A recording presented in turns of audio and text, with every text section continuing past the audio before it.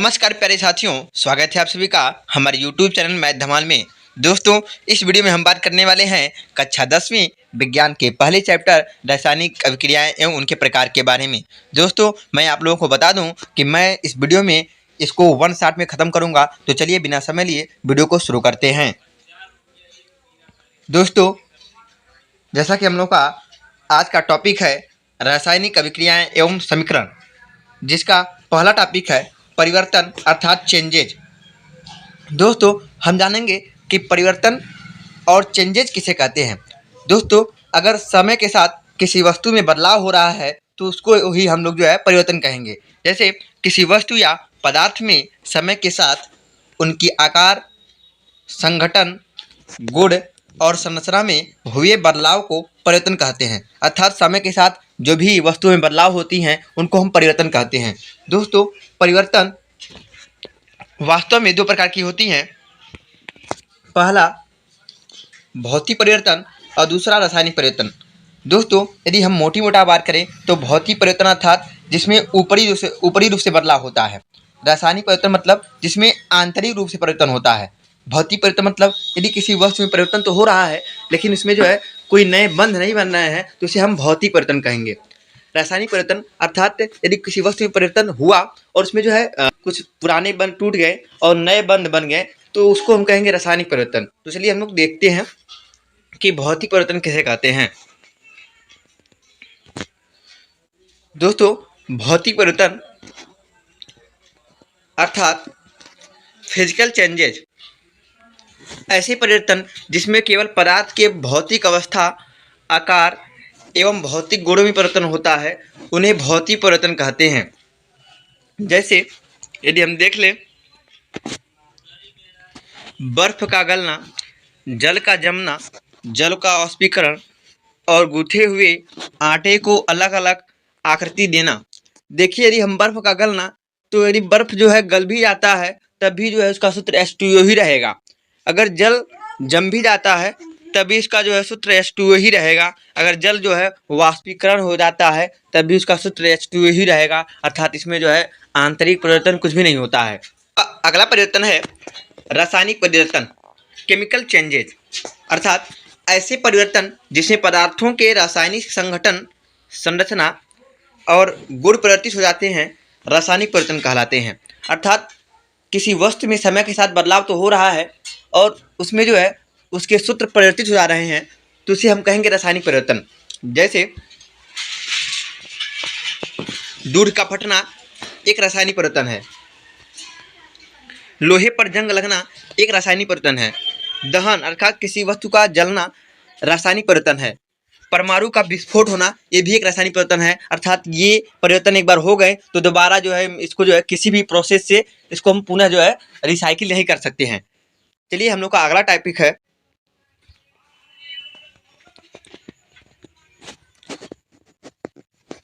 रासायनिक अभिक्रियाएं अर्थात केमिकल रिएक्शंस। दोस्तों, वह अभिक्रिया जिसमें एक या एक से अधिक पदार्थ परस्पर रासायनिक क्रिया करके नए पदार्थ का निर्माण करते हैं, उसे रासायनिक अभिक्रिया कहते हैं। अर्थात हम लोग ऐसी क्रिया को रासायनिक अभिक्रिया कहेंगे जिसमें एक या एक से अधिक पदार्थ कुछ न कुछ क्रिया करेंगे और कुछ नया पदार्थ बनाएंगे। वो पदार्थ एक भी हो सकता है और एक से अधिक भी हो सकता है। दोस्तों, जो पदार्थ हम शुरू में लेकर अपने कार्य को आगे बढ़ाएंगे उसे हम अभिकारक कहेंगे और उनसे जो भी हम लोग का सामान बनेगा उसे हम प्रोडक्ट कहेंगे अर्थात उत्पाद कहेंगे।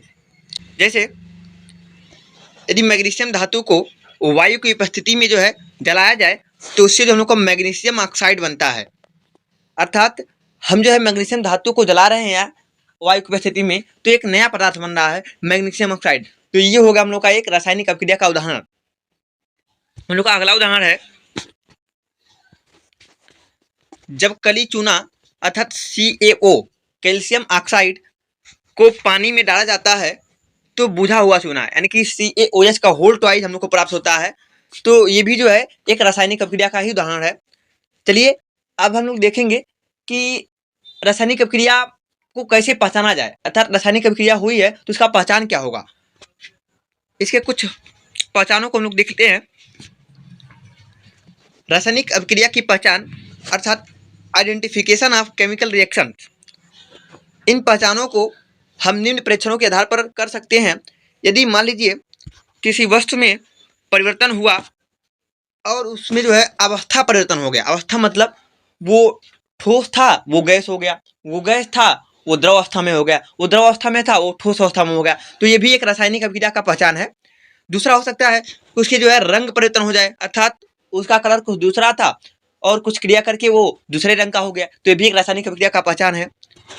तीसरा है अक्षेप निर्माण, अर्थात हो सकता है कि उसे तली में जो है कुछ पदार्थ का जो है निर्माण हो जाए। चौथा है गैस का निकलना, हो सकता है कि हम दो वस्तुओं को मिलाएं तो उसमें से कुछ गैस निकले, तो ये भी जो है रासायनिक अभिक्रिया का जो है पहचान है। अगला है ताप परिवर्तन, जैसे कि यदि हम चूने को जो है पानी में डालते हैं तो जो है वो बाल्टी जिसमें हम घोलते हैं वो गर्म हो जाता है, तो ये भी जो है एक रासायनिक अभिक्रिया का जो है पहचान है, ताप परिवर्तन।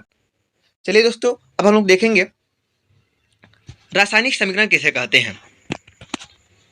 रासायनिक समीकरण, तो दोस्तों रासायनिक समीकरण कुछ और नहीं है बल्कि रासायनिक अभिक्रियाओं को उसमें उपस्थित यौगिकों या तत्वों को चिन्हों में अंकित करना ही रासायनिक समीकरण कहलाता है।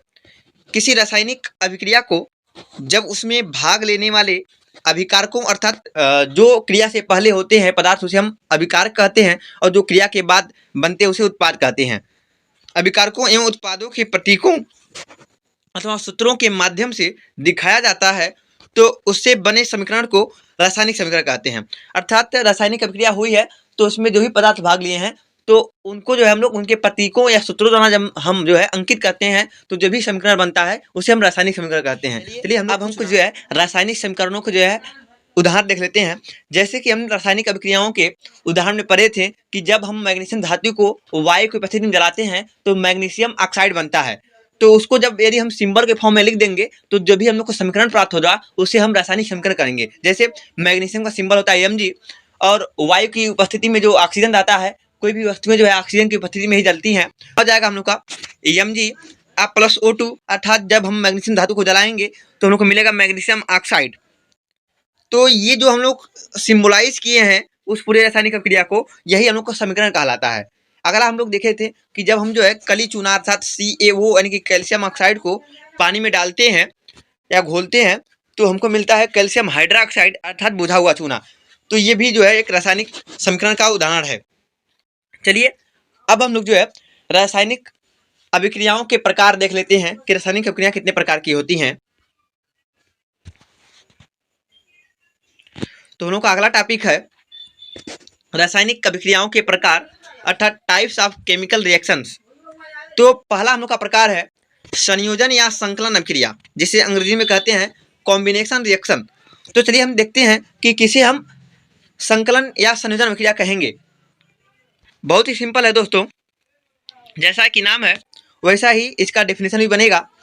वह रासायनिक अभिक्रिया जिसमें दो या दो से अधिक पदार्थ संयोग करके एकल उत्पाद का निर्माण करते हैं उसे हम संयोजन अभिक्रिया कहते हैं। अर्थात ऐसी अभिक्रिया जिसमें दो या दो से अधिक पदार्थ तो भाग लेते हैं लेकिन वो मिलकर उत्पाद के रूप में केवल एक ही पदार्थ देते हैं, तो उसे हम कहते हैं संयोजन या संकलन अभिक्रिया। चलिए इसका हम जो है उदाहरण देख लेते हैं। दोस्तों हम लोग का पहला उदाहरण है कि जब हम अमोनिया गैस को जो है हाइड्रोक्लोरिक अम्ल में जो है मिलाएंगे तो हम लोग का बनेगा NH4Cl अर्थात नौसादर, जो कि एकल उत्पाद है, मतलब इसके सिवा इसके साथ कोई सह उत्पाद नहीं बना। चलिए हम लोग अगला उदाहरण देखते हैं। अगला उदाहरण हम लोग का जो है जब हम लोग कार्बन मोनोऑक्साइड की अभिक्रिया क्लोरीन गैस से कराएंगे तब हम लोग को मिलेगा कार्बोनिल क्लोराइड, ये भी जो है एक एकल उत्पाद है। चलिए हम लोग उदाहरण है मैग्नीशियम प्लस ऑक्सीजन, तब हम लोग का बनता है मैग्नीशियम ऑक्साइड, ये भी एक एकल उत्पाद है और ये भी जो है एक संकलन अभिक्रिया का उदाहरण है। हम लोग का अगला उदाहरण है कार्बन प्लस ऑक्सीजन से मिलकर बनेगा हम लोगों का कार्बन डाइऑक्साइड। हम लोग का अगला उदाहरण है कैल्शियम ऑक्साइड प्लस H2O, इससे बनेगा हम लोग का कैल्शियम हाइड्रोक्साइड। हम लोग का अगला उदाहरण है सल्फर प्लस ऑक्सीजन, इससे बनेगा हम लोगों का जो है सल्फर डाइऑक्साइड। तो ये सब जितने उदाहरण हम लोगों ने देखा ये सब जो है संकलन अभिक्रिया के उदाहरण थे। संकलन अभिक्रिया अर्थात ऐसी अभिक्रिया जिसमें दो या दो से अधिक पदार्थ मिलकर केवल एक ही उत्पाद बनाते हैं तो उसे हम संकलन या संयोजन अभिक्रिया कहते हैं। चलिए अब हम लोग जो है अगला जो है रासायनिक अभिक्रियाओं में टाइप्स देख लेते हैं। दोस्तों हम लोग का अगला प्रकार है प्रतिस्थापन या विस्थापन अभिक्रिया। चलिए देखते हैं इसका डेफिनेशन। दोस्तों हम लोग वह रासायनिक अभिक्रिया जिसमें किसी यौगिक का अधिक क्रियाशील तत्व किसी दूसरे यौगिक के कम क्रियाशील तत्व को हटाकर स्वयं उसके स्थान पर आ जाता है उसे हम विस्थापन या प्रतिस्थापन अभिक्रिया कहते हैं। अर्थात कहने मतलब यदि जो है हम लोग दो या दो से अधिक तत्वों या यौगिकों का हम अभिक्रिया करवा रहे हैं तो होता ये है कि इसके दौरान जो अधिक क्रियाशील आयन होता है वो किसी दूसरे यौगिक के कम क्रियाशील आयन को हटाकर उसके स्थान पर बैठ जाता है। तो इस अभिक्रिया को हम लोग कहेंगे प्रतिस्थापन या विस्थापन अभिक्रिया। एक्चुअली दो प्रकार की होती है, एक तो एकल विस्थापन अभिक्रिया और दूसरी द्विविस्थापन अभिक्रिया। एकल विस्थापन मतलब जिसमें केवल एक आयन जो है किसी को हटाकर बैठ जाता है, और एक होता है द्विविस्थापन अभिक्रिया अर्थात जिसमें जो है दो आयनों की अदला बदली होती है। तो देखिए यहाँ पर यदि हम CuSO4 यानी कि कॉपर सल्फेट की अभिक्रिया जो है फेरस से करवाएं तो फेरस जो होता है कॉपर से अधिक क्रियाशील होता है तो ये जो है कॉपर को हटाएगा और उसके स्थान पे अपने स्वयं बढ़ जाएगा, दोनों का बनेगा FeSO4 और कॉपर जो है निकल जाएगा। और यदि हम जो है कॉपर सल्फेट की अभिक्रिया जिंक से कराएं तो देखेंगे जो जिंक है वो कॉपर से अधिक क्रियाशील है तो इसलिए जो है जिंक कॉपर को हटाकर उसके स्थान पर बैठ जाएगा और बनाएगा जिंक सल्फेट और कॉपर जो है अलग हो जाएगा। यदि जो है हम लोग FeSO4 अर्थात जो है फेरस सल्फेट की अभिक्रिया एल्युमिनियम से करवाएं तो एल्युमिनियम जो है फेरस से अधिक क्रियाशील होने के नाते जो है फेरस को हटाकर उसके स्थान पर बैठ जाएगा और बनाएगा एल्युमिनियम सल्फेट और फेरस को अलग कर देगा। तो दोस्तों ये सब थी एकल विस्थापन की उदाहरण। अब हम देखते हैं द्विविस्थापन। अब हम देखते हैं द्विप्रतिस्थापन अभिक्रिया अर्थात जिसमें दो आयनों की अदला बदली होती है। इसमें होता क्या है, जो अधिक क्रियाशील तत्व होता है वो कम क्रियाशील तत्व को हटाकर उसके स्थान पर बैठ जाता है। जैसे कि इसका उदाहरण है हम लोगों के सामने स्क्रीन पे AgNO3 प्लस KCl। AgNO3 मतलब सिल्वर नाइट्रेट की अभिक्रिया जब हम करवाएंगे पोटेशियम क्लोराइड से तो जो पोटेशियम होता है वो सिल्वर से अधिक क्रियाशील होता है तो ये करेगा क्या, वो सिल्वर को उसके स्थान से हटाकर अपने बैठ जाएगा तो बनेगा KNO3 यानी कि पोटेशियम नाइट्रेट, और जो सिल्वर है वो Cl के साथ चला जाएगा तो बनेगा हम लोग का जो है AgCl अर्थात सिल्वर क्लोराइड। यदि हम अगला उदाहरण देखें तो यहाँ हम लोग का है Na2SO4 अर्थात सोडियम सल्फेट, हम लोग का दूसरा जो यौगिक है वो BaCl2 अर्थात बेरियम क्लोराइड। तो यदि हम देखें तो जो सोडियम होता है वो बेरियम से अधिक क्रियाशील होता है तो बेरियम को उसके स्थान से हटाकर उसके स्थान पे अपने बैठ जाएगा तो बनेगा हम लोग का NaCl, और जो बेरियम है वो सल्फेट के साथ चला जाएगा तो बनेगा BaSO4। अनुत्क्रमणीय अभिक्रिया अर्थात वे अभिक्रियाएं जो केवल एक ही दिशा में संपन्न हो सकती हैं उन्हें हम अनुत्क्रमणीय अभिक्रिया कहते हैं। अर्थात कैसी भी परिस्थिति हो वो केवल एक ही दिशा में संपन्न होती हैं। जैसे कि दिशा का मतलब ये कि यदि हम कार्बन को जो है जलाएं तो उससे बनेगा कार्बन डाइऑक्साइड, लेकिन फिर जो है यदि हम प्रक्रिया उल्टा करें तो जो है कार्बन डाइऑक्साइड से पुनः हम जो है कार्बन और ऑक्सीजन नहीं प्राप्त कर सकते हैं। उसी प्रकार यदि हम मैग्नीशियम को जलाएं तो उससे बनता है मैग्नीशियम ऑक्साइड, और हम पुनः चाहें मैग्नीशियम ऑक्साइड से मैग्नीशियम और ऑक्सीजन को अलग कर दें तो ऐसा नहीं हो सकता है। इसी प्रकार यदि हम सल्फर को जलाएं ऑक्सीजन की उपस्थिति में तो बनेगा सल्फर डाइऑक्साइड, और पुनः हम चाहें सल्फर डाइऑक्साइड से सल्फर और ऑक्सीजन को अलग कर दें तो ऐसा नहीं हो सकता। तो वे अभिक्रियाएं जो केवल एक ही दिशा में संपन्न हो सकती हैं वे अनुत्क्रमणीय अभिक्रिया कहलाती हैं। चलिए अब हम लोग जो है अगला प्रकार देखते हैं जो कि है उत्क्रमणीय अभिक्रिया। वे अभिक्रियाएं जो समान परिस्थितियों में दोनों दिशाओं में संपन्न हो सकती हैं उन्हें हम उत्क्रमणीय अभिक्रिया कहते हैं। अर्थात यदि हम जो है प्रोसेस को जो है उल्टा कर दें तो अभिक्रियाएं जो है दोनों दिशा में संपन्न हो सके तो उसे हम कहेंगे उत्क्रमणीय अभिक्रियाएं। जैसे यदि हम जो है H2 और I2 को मिलाएं तो बनता है हम लोग का जो है हाइड्रोजन आयोडाइड, और जो है जो भी परिस्थिति हम लगाए हैं उसको जो है यदि हम उत्क्रमित कर दें उल्टा कर दें तो वो पुनः जो है हाइड्रोजन और आयोडीन जो हमें बदल जाएगी। उसी प्रकार यदि हम N2 और H2 गैस को मिलाएं तो बनता है अमोनिया गैस, और फिर जो है हम उस परिस्थिति को उल्टा कर दें तो बन जाएगा नाइट्रोजन गैस और हाइड्रोजन गैस। तो ऐसी अभिक्रियाएं जो दोनों दिशा में संपन्न हो सकती हैं उसे हम कहते हैं उत्क्रमणीय अभिक्रियाएं। चलिए हम लोग जो है अभिक्रियाओं के प्रकार में अगला देखते हैं जो कि है हम लोग का वियोजन या अपघटन अभिक्रिया। दोस्तों हम आप लोग को बता दें, ये संयोजन का जो है जस्ट उल्टा होता है। संयोजन में क्या होता है, दो या दो से अधिक तत्व या यौगिक मिलके एक बनाते हैं। इसमें क्या होता है, कोई एक यौगिक जो है दो या दो से अधिक यौगिकों में टूट जाता है। चलिए देखते हैं इसका डेफिनेशन। वह रासायनिक अभिक्रिया जिसमें कोई यौगिक बाह्य कारकों के प्रभाव द्वारा अपने अवयवी लघु यौगिकों में टूट जाते हैं, वियोजन या अपघटन अभिक्रिया कहलाती है। दोस्तों ये जो है तीन प्रभाव से हो सकती हैं, या तो ऊष्मा, या तो प्रकाश, या तो विद्युत। इसी आधार पर जो है वियोजन या अपघटन अभिक्रियाएं तीन प्रकार की होती हैं। पहला ऊष्मीय वियोजन, थर्मल डिकम्पोजिशन, एक ऐसी वियोजन अभिक्रिया जो ऊष्मा के प्रभाव में संपन्न होती है उसे हम ऊष्मीय वियोजन कहते हैं। जैसे यदि कोई वियोजन है वो ऊष्मा के प्रभाव में संपन्न हो रही है तो इसे हम ऊष्मीय वियोजन कहेंगे। जैसे यदि हम CaCO3 यानी कि कैल्शियम कार्बोनेट को जो है ऊष्मा दें तो वो जो है कैल्शियम ऑक्साइड और कार्बन डाइऑक्साइड में टूट जाता है। उसी प्रकार यदि हम फेरस सल्फेट को जो है ऊष्मा दें तो जो है फेरस ऑक्साइड और सल्फर डाइऑक्साइड और सल्फर ट्राइऑक्साइड में टूट जाता है। चलिए हम लोग जो है अगला जो है वियोजन अभिक्रिया देखते हैं जो कि है प्रकाशीय वियोजन, ऑप्टिकल डिकम्पोजिशन। ऐसा वियोजन जो प्रकाश की उपस्थिति में होता है उसे हम जो है प्रकाशीय वियोजन कहते हैं। अर्थात ऐसा वियोजन जो है प्रकाश के प्रभाव से जो होता है उसे हम प्रकाशीय वियोजन कहते हैं।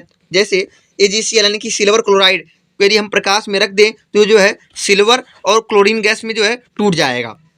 हम लोग का अगला वियोजन अभिक्रिया है विद्युत वियोजन। अर्थात ऐसा अपघटन या वियोजन जो किसी यौगिक में विद्युत प्रभाव के द्वारा होता है उससे हम विद्युतीय अपघटन या वियोजन कहते हैं। अर्थात ऐसा वियोजन जो विद्युत के प्रभाव से होता है उसे जो है हम लोग विद्युत अपघटन या वियोजन कहते हैं। जैसे यदि जो है हम जल में जो है विद्युत धारा प्रवाहित करें तो जो है हाइड्रोजन गैस और ऑक्सीजन गैस में जो है टूटने लगेगा। अगला उदाहरण है KCl यानी कि पोटेशियम क्लोराइड को यदि जो है हम विद्युत धारा दें तो वो क्या होगा, वो पोटेशियम और क्लोरीन गैस में टूट जाएगा। दोस्तों अभिक्रियाओं के प्रकार में हम अगला प्रकार देख लेते हैं जो कि है हम लोगों का ऊष्माक्षेपी अभिक्रिया, एक्सोथर्मिक रिएक्शन। ऊष्माक्षेपी मतलब ऊष्मा जो बाहर निकालती है।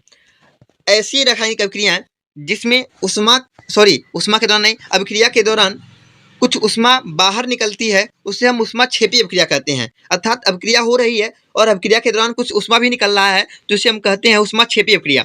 जैसे यदि हम कार्बन को जलाएं तो जो है कार्बन डाइऑक्साइड तो मिलता ही मिलता है और उसके साथ ही साथ हमको जो है 94 किलो कैलोरी ऊष्मा भी मिलता है।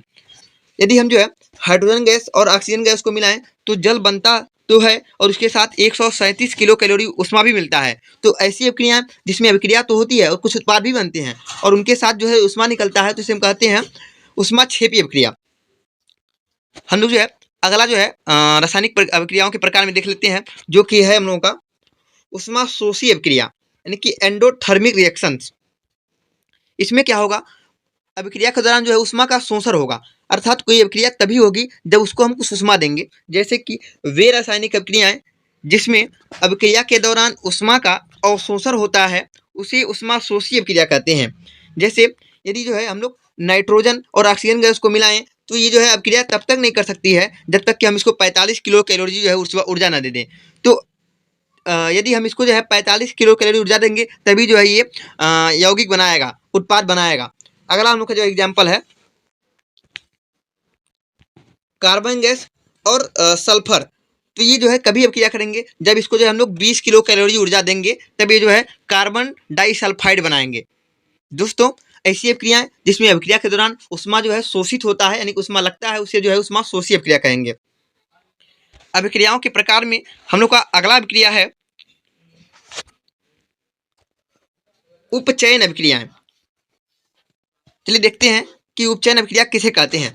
ऐसी अभिक्रियाएं जिसके दौरान किसी यौगिक में ऑक्सीजन का योग होता है उसे हम उपचयन अभिक्रिया कहते हैं। जैसे यदि हम देखें नाइट्रोजन और ऑक्सीजन गैस को मिलाएं, देख रहे हैं कि इसमें ऑक्सीजन का योग हो रहा है, तो यहाँ हो जाएगा हम लोग का उपचयन अभिक्रिया। वही हम अभिक्रिया कराएं कापर और ऑक्सीजन की, तो उनको बनता है कापर ऑक्साइड। तो इसमें जो कापर में जो है ऑक्सीजन का योग हो रहा है, तो यहाँ पर हम कहेंगे इसको उपचयन अभिक्रिया। चलिए हम लोग जो है अगला जो है उदाहरण देख लेते हैं। सॉरी, उदाहरण नहीं, हम लोग अगला जो है अभिक्रियाओं के प्रकार में देख लेते हैं प्रकार, जो कि है अपचयन अभिक्रियाएं। अपचयन अभिक्रिया दोस्तों, अपचयन अभिक्रियाएं ऐसी अभिक्रियाएं होती हैं जिनके दौरान हाइड्रोजन का योग होता है और ऑक्सीजन का ह्रास होता है। अर्थात अगर कोई अभिक्रिया हो रही है और उसमें हाइड्रोजन तो जुड़ रहा है लेकिन ऑक्सीजन निकल रहा है, तो उसे हम बोलेंगे अपचयन अभिक्रिया। जैसे यदि हम FeCl3 की अभिक्रिया कराएं H2S से, तो देखेंगे हम लोग जो है FeCl2 बनेगा और HCl बनेगा। तो देखेंगे हमें यहाँ पर जो है H का योग हो रहा है, तो यहाँ हो जाएगा हम लोग का जो है अपचयन अभिक्रिया। अगला हम लोग का CuO प्लस H2, तो यहाँ देखेंगे जो है हम लोग का ऑक्सीजन में जो है हाइड्रोजन का योग हो रहा है और कॉपर में से ऑक्सीजन निकल रहा है, तो यहाँ पर हम लोग का अपचयन अभिक्रिया हो रहा है। अगला हम लोग का एग्जाम्पल है H2 प्लस F2, तो यहाँ हम लोग का बन रहा है HF हाइड्रोजन फ्लोराइड। तो यहाँ भी हम देख रहे हैं कि फ्लोराइड में हम लोग का जो है हाइड्रोजन का योग हो रहा है, तो यहाँ भी हम लोग का जो है यह एग्जाम्पल है अपचयन अभिक्रिया की। दोस्तों अब हम लोग जो है अगला जो है अभिक्रियाओं का प्रकार देख लेते हैं, जो कि है रेडॉक्स अभिक्रिया। रेडॉक्स यानी कि ऐसी अभिक्रियाएं जिसके दौरान अपचयन और उपचयन दोनों अभिक्रियाएं साथ साथ होती हैं, उसे हम रेडॉक्स अभिक्रिया कहते हैं। अर्थात कोई ऐसी अभिक्रिया है जिसमें जो है उपचयन भी हो रहा है और अपचयन भी हो रहा है, तो उसे हम रेडॉक्स अभिक्रिया कहेंगे। जैसे कि इसका एग्जाम्पल है, तो हम लोग का अगला टॉपिक है संक्षारण अर्थात कोरोजन। दोस्तों जब कोई धातु अपने आसपास उपस्थित नमी, ऑक्सीजन अथवा अन्य रसायनों के संपर्क में आती है, तो वह धीरे धीरे नष्ट होने लगती है।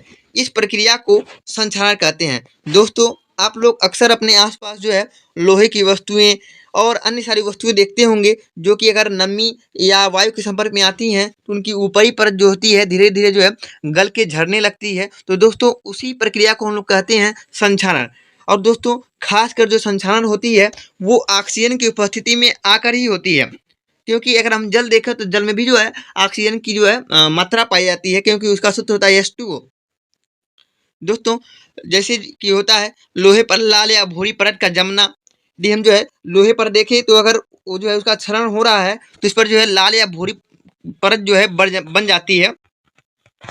दोस्तों जैसे कि हम अगला देख लें तो आभूषणों पर जो है काला रंग जम जाता है, जैसे कि सोने की आभूषण होती है तो इस पर जो है काला काला रंग जो है जम जाता है, भी जो है संक्षारण का जो है उदाहरण है। दोस्तों अब हम देखते हैं कि संक्षारण से कैसे बचा जा सकता है। संक्षारण से बचाव, तो दोस्तों अगर कोई जो है लोहे की वस्तु है तो लोहे की वस्तुओं को जो है संक्षारण से बचाने के लिए उस पर पेंट का परत चढ़ाया जाता है, अर्थात उसको हम पेंट करके जो है संक्षारण से बचा सकते हैं। या तो हम लोग का दूसरा प्रक्रिया ये है कि हम जो है उसको मिश्रातु बना दें, यानी कि 2 या 2 से अधिक धातु बनाकर उसको जो हम बचा सकते हैं, या किसी तत्व का जो हम लोग धातु का परत चढ़ा के जो है उसको हम बता सकते हैं, जिसको हम बोलते हैं गैल्वेनीकरण। यानी कि किसी धातु पर जो है अगर वो अधिक मूल्यवान है तो उस पर जो है कम मूल्यवान धातु का परत चढ़ा देंगे, जिससे कि उसका जो है क्षरण नहीं होगा और उस प्रकार जो है हम क्षरण से उस धातु को बचा सकेंगे।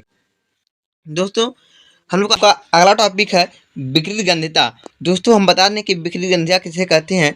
दोस्तों यदि हम खाद्य पदार्थों को अर्थात खाने वाले पदार्थों को खुले में छोड़ दें वायु की उपस्थिति में और सूर्य की प्रकाश की उपस्थिति में, तो धीरे धीरे जो है उनके स्वाद और गंध जो है बदलने लगते हैं। तो इसी प्रक्रिया को हम लोग जो है विकृत गंधिता कहते हैं। जैसे इसका डेफिनेशन होता है, खाद्य पदार्थों में उपस्थित वसा एवं तेल के मंद गति से ऑक्सीकरण के कारण उनके स्वाद तथा गंध का बदल जाना ही विकृत गंधिता कहलाता है। अर्थात यदि कोई खाद्य पदार्थ है तो उसमें जो वसा और तेल उपस्थित होता है वो प्रकाश की उपस्थिति में या वायु की उपस्थिति में आकर धीरे धीरे जो है वो अपना रंग बदलने लगता है या स्वाद बदलने लगता है। तो इसी प्रक्रिया को हम लोग जो है विकृत गंधिता कहते हैं। जैसे कि कुछ उदाहरण, जैसे यदि हम खुले में जो है भोजन को जो है छोड़ दें तो वो दुर्गंध रहने लगता है। यदि खुले में जो है हम खुले में पनीर को रख दें तो उसका स्वाद बदलने लगता है। यदि हम खुले में जो है चिप्स, नमकीन, अचार आदि का जो है स्वादन लें तो हमको लगेगा कि उसके जो है स्वाद जो है बदल चुके हैं, अर्थात जो है वो खराब हो चुके हैं। तो ये सब जो है हम लोग के विकृत गंधिता के उदाहरण हैं। अब हम लोग देखते हैं कि हम लोग कैसे जो है किसी पदार्थ को उसके स्वाद और गंध को खराब होने से कैसे बता सकते हैं, यानी कि विकृत गंधिता से बचने के क्या क्या उपाय हैं। तो पहला उपाय ये है कि हम खाद्य पदार्थों को वायुरोधी पात्रों में रखकर दीवाबंदी कर दें, अर्थात हम खाने वाले पदार्थों को ऐसे पात्र में रखें जिसमें जो है वायु न जा सके। निम्न ताप पर जो है भोजन को पकाना। चलिए हम जो है अगला प्रोसेस देख लेते हैं जिससे कि जो हम विकृत गंधिता से बच सकते हैं। तो वो है खाद्य पदार्थ जैसे आलू की चिप्स, नमकीन इत्यादि की पैकिंग में जो है हम यदि ऑक्सीजन को हटाकर उसके स्थान पर नाइट्रोजन गैस को भर दें तो वो भी जो है विकृत गंधिता से बच सकती है। दोस्तों, इस वीडियो में बस इतना ही। मिलेंगे किसी अगले वीडियो में किसी नए टॉपिक और नए चैप्टर के साथ। तब तक के लिए इजाज़त दीजिए। धन्यवाद।